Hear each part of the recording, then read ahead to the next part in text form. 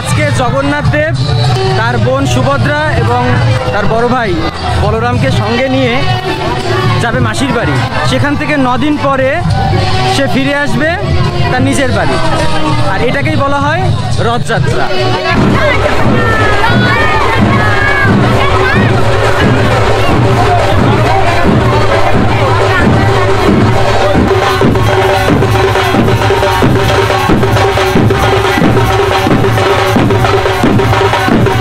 বাগেরহাট থেকে শুভেচ্ছা জানাচ্ছি। আমি আছি আপনাদের মায়াবী বন্ধু আপনাদের সঙ্গে। আজকের আমার যে ভিডিওটি আমি সাজিয়েছি সেটি হচ্ছে আজকের বাগেরহাটের যে রথযাত্রা, সনাতন ধর্মের বিখ্যাত একটি ধর্মীয় উৎসব বাগেরহাটের যে রথযাত্রা সেটি নিয়ে আজকে সাজিয়েছি। তো বন্ধুরা চলুন আজকে আমরা দেখে আসি বাগেরহাটের রথযাত্রা।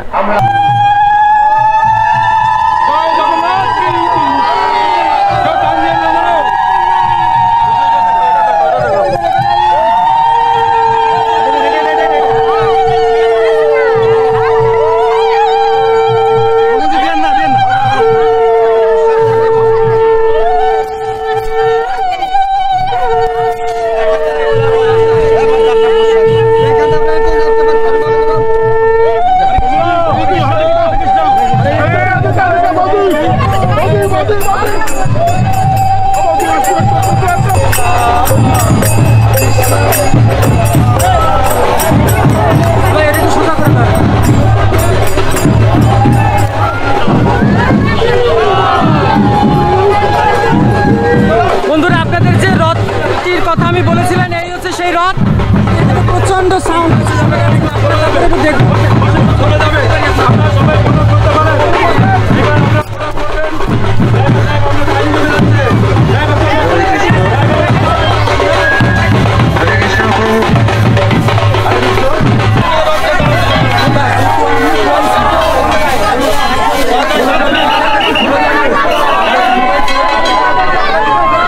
আপনাদের একটা কথা জানিয়ে রাখি, এই যে রথযাত্রাটি আপনারা দেখতে পাচ্ছেন এটি হচ্ছে বাগেরহাটের সবথেকে বড় রথযাত্রা। বাগেরহাট শহরের মধ্যে, বাগেরহাটের বাইরে আপনার একটি রথযাত্রা হয়ে থাকে আপনার যাত্রাপুরে, ওটি হচ্ছে সবথেকে বড়, আর শহরের মধ্যে এটি সবথেকে বড়। প্রচুর মানুষ কিন্তু এখানে আপনার সমাগম হয় এবং এই রথযাত্রায় কিন্তু অংশগ্রহণ করে প্রচুর মানুষ। আপনারা আমার পেছনে নিশ্চয়ই দেখতে পাচ্ছেন এখানে কিন্তু প্রচুর মানুষ, এবং সামনেও দেখুন প্রচুর মানুষ দেখা যাচ্ছে, এবং সনাতন ধর্মের যারা অনুসারী আছেন তারা আপনার এখানে সাধারণত অংশগ্রহণ করে থাকেন।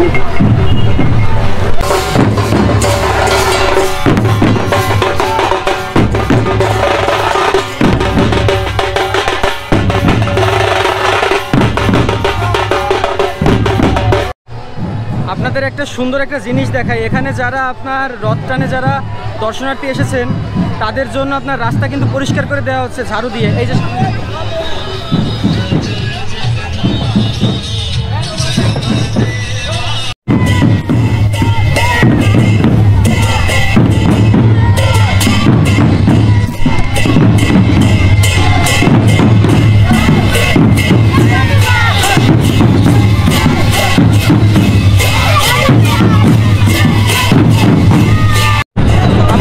দড়ির একদম সর্বপ্রথম জায়গাটা দেখাই, এই হচ্ছে দড়ির সর্বপ্রথম জায়গা। আর এখান থেকে আপনার রথ এত দূরে রথ, আপনারা তাহলে কল্পনা করুন যে এখানে কি পরিমাণে মানুষ আছে। আর সামনে আমাদের একটি মাতাজির একটি দল আমরা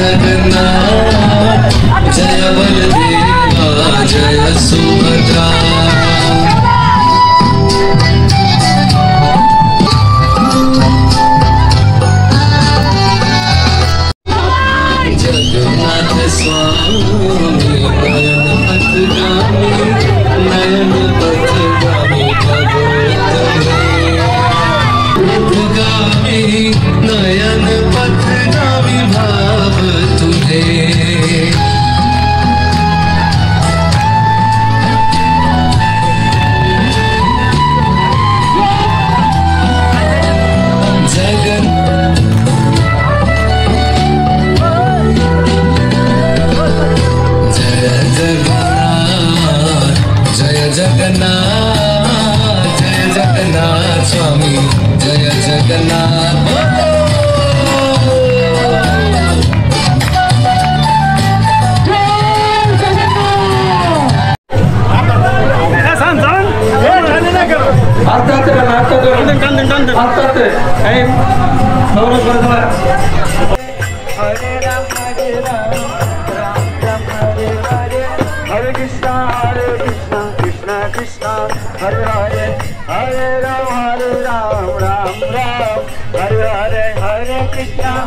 বন্ধুরা, আপনারা যে রথযাত্রাটি দেখতে পাচ্ছেন এটি বাগেরহাটের বর্তমানে সব থেকে জনপ্রিয় এবং বড় রথযাত্রা। আর এই রথযাত্রা সম্পর্কে আপনাদের আমি কিছু তথ্য দেই। প্রতি বছর আষাঢ় মাসের শুক্লাপক্ষের দ্বিতীয়া তিথিতে এই রথযাত্রাটি হয়ে থাকে। আর এই রথযাত্রার দুটি ভাগ আছে। একটি হচ্ছে আপনার প্রথম দিন, যেদিন আপনার জগন্নাথ দেব, তার ভাই বলরাম এবং বোন সুভদ্রা এই তিনজন মিলে মাসিবাড়ি বেড়াতে আসে এবং 9 দিন পর তারা এই তিনজনই আবার মাসিবাড়ি থেকে নিজের বাড়ি ফিরে যায়। ওই দিনটিকে বলে উল্টো রথযাত্রা। আর প্রতি বছরই এই রথযাত্রাটি অনুষ্ঠিত হয়ে থাকে। আর বাগেরহাটে বর্তমানে আপনার 3 বছর ধরে এই আমি যে রথযাত্রাটির ভিডিও আপনাদের দেখাচ্ছি এটি 3 বছর ধরে অনুষ্ঠিত হচ্ছে। আর এই রথযাত্রাটি কোথা থেকে শুরু হয় আপনাদের আমি একটু জানাচ্ছি। বাগেরহাটের সুপারিপট্টিতে তাপস সাহা নামে একজন বিশিষ্ট ব্যবসায়ী আছে, তার বাড়ি থেকে এই রথযাত্রাটি শুরু হয়ে নাগেরবাজার সার্বজনীন দুর্গা মন্দিরে এসে শেষ হয়। আর 9 দিন পরে আবার নাগেরবাজার দুর্গা মন্দির থেকে এই রথযাত্রাটি শুরু হয়ে, যাকে উল্টো রথ বলা হয়, সেটি আবার সেই তাপস সাহার বাড়ি যে শেষ হয়। এই রথযাত্রাটি বিগত 3 বছর ধরে আছে। এটি হচ্ছে বর্তমানে বাগেরহাটের সব থেকে বড় এবং জনপ্রিয় রথযাত্রা বলা হয়ে থাকে।